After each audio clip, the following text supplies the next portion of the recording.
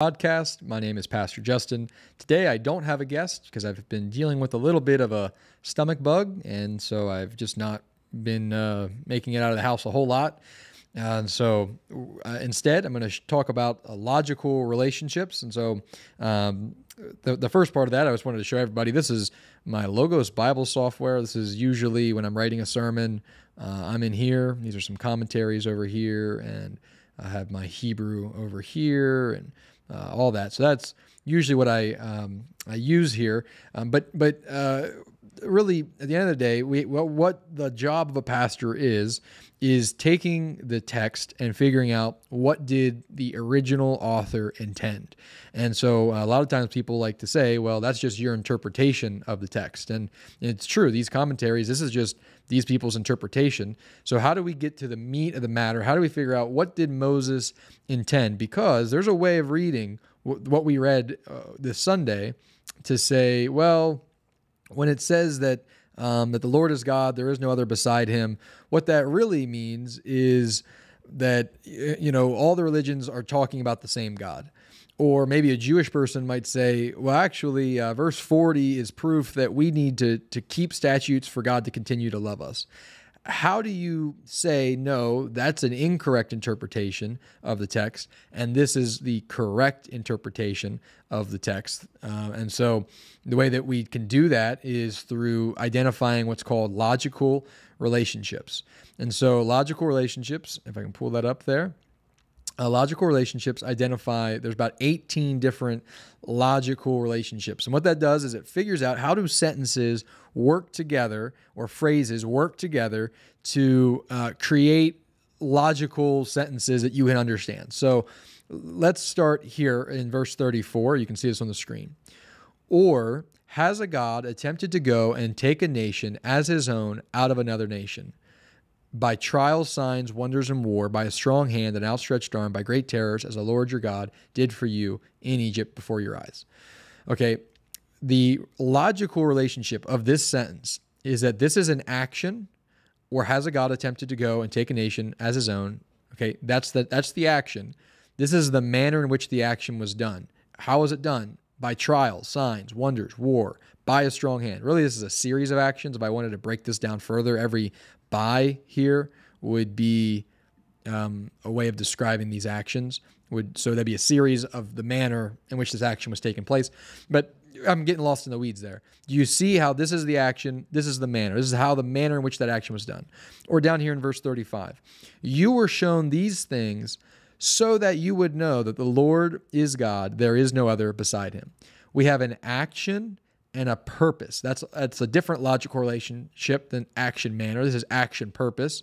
So you were shown these things. That's the actions, being shown something for the purpose of, so that you would know that the Lord is God. There is no other beside him. And so what we can do is we can break a whole text down like this. Here's the action purpose here. Here's the action result we have here. Because he loved your ancestors. What's the result? He chose their descendants after them and brought you out of Egypt by his presence and great power.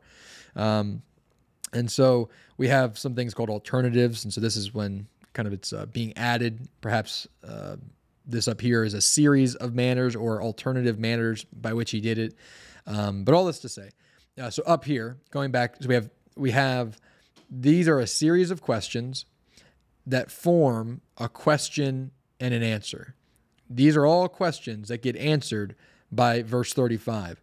Why did,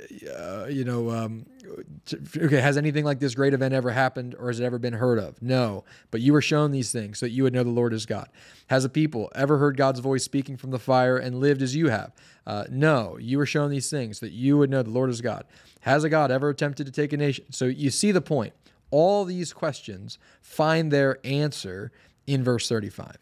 Same thing down here. I said in my sermon that these were a series of actions. And so sometimes you have some action purpose or action result, or again, another action purpose here. But these are a series of actions. Now this is a series with an inference. The inference, the takeaway from the series of actions here should be today recognize and keep in mind the Lord is God. In heaven above and on earth below, there is no other. So that's how these relate to one another. Now, then you take, well, this is a series and this is a series. These are This is This is part of a collection of something that Moses is trying to prove, so that you would see all these series of actions that happened, and then the inference would be verse 40.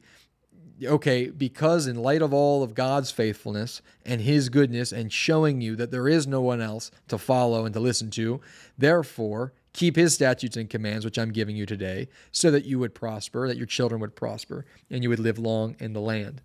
This is how we would break down the logical relationship between everything in the text, figuring out how it goes. And then actually, if you wanted to do this, you could do this for the entire book, because this fits inside a series of mini sermons. From the entire chapter 4 would really be about three little series that point to chapter 5, and then that sits inside of bigger and bigger things. But when you take it like this, you just sort of limit it to a couple verses, to 8 verses. You're able to see logically how all these things work together, how there's an action and a manner, and that sits inside a series of things, a series of questions that provide an answer. And you're able to logically point and prove this is what Moses was trying to say. This was the logical intention of his words. So I'm not making this up. And the sermon in a sentence, the first one I had here was, "The Lord is God alone, therefore we must love and obey him." Kind of worked on that now to the sermon in a sentence we had this Sunday, which is, we should love God through faithful actions because God loved us first. But that's how you can look at all this, figure out logically what is all of this trying to say. And then that's how we arrive either to a sermon in a sentence or a summary of the text. And anyway, so this is a lot of what I do throughout the week, is trying to figure out what are the logical relationships between these words. Now, I'll be the first to say I'm no expert in this is called Bible arcing, when you explore the logical relationships. I'm not a professional in terms of, I have been instructed from reading books and things, but this is something that's kind of new, and it's been very, very helpful in me. In fact, I find this more helpful than even studying Greek or Hebrew. I just get so much out of seeing what did this sentence, how does that connect with this, and what does that build on? And sometimes I'll read it thinking, oh, I know what I'm going to preach on. And I do this, and I just get a completely different sermon because I realized logically that's not the point that I was seeing. This is the point. And so anyway, this is this is logical relationships. If you'd like to know more, if you'd like to see all the logical relationships, you can, I'll link in the description below a link to a PDF file that has all 18 logical relationships. And then I challenge you, as you read your Bible, look for logical relationships, seeing how sentences work together to create thoughts, and how those thoughts work together to get to a point that you can identify. So hopefully this was enjoyable and educational. I hope this wasn't too complex, but I hope you're able to see how do I arrive to a point. So thanks for watching, and we'll talk to you next time.